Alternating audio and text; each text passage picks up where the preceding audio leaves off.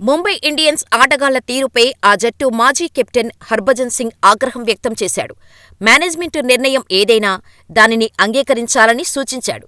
సమిష్టిగా ముందుకు వెళ్తేనే అనుకున్న ఫలితాలు రాబట్టగలరని పేర్కొన్నాడు. జట్టులోని ప్రతి ఒక్క ఆటగాడూ కెప్టెన్కు సహకరించాల్సిన అవసరం ఉందని బజ్జీ చురకలు అంటించాడు. అయితే రాజస్థాన్ రాయల్స్తో మ్యాచ్లో పరాజయం తర్వాత హార్దిక్ పాండ్యా ఒక్కడే డగౌట్లో కూర్చొని ఉండటం జట్టులోని విభేదాలను బయటపెట్టింది. మిగతా ఆటగాళ్లంతా డ్రెస్సింగ్ రూమ్కి వెళ్లిపోగా పాండ్యా ఒంటరిగా అక్కడే ఉన్న ఫోటోలు వైరలయ్యాయి. ఈ నేపథ్యంలో టీమిండియా స్పిన్ దిగ్గజం హర్భజన్ సింగ్ స్పందించాడు.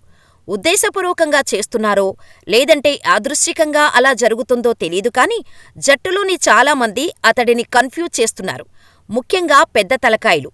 కెప్టెన్గా పాండ్యా స్వేచ్ఛగా నిర్ణయాలు తీసుకునే అవకాశాలు ఇవ్వటం లేదని అర్థమవుతోంది. డ్రెస్సింగ్ రూమ్ వాతావరణం కూడా సరిగ్గా లేనట్టు కనిపిస్తోంది. ఏ కెప్టెన్కైనా ఇలాంటివి కఠిన సవాళ్లే. ఆ విజువల్స్ అస్సలు బాగాలేవు. పాండ్యా ఒక్కడినే అలా వదిలేశారు.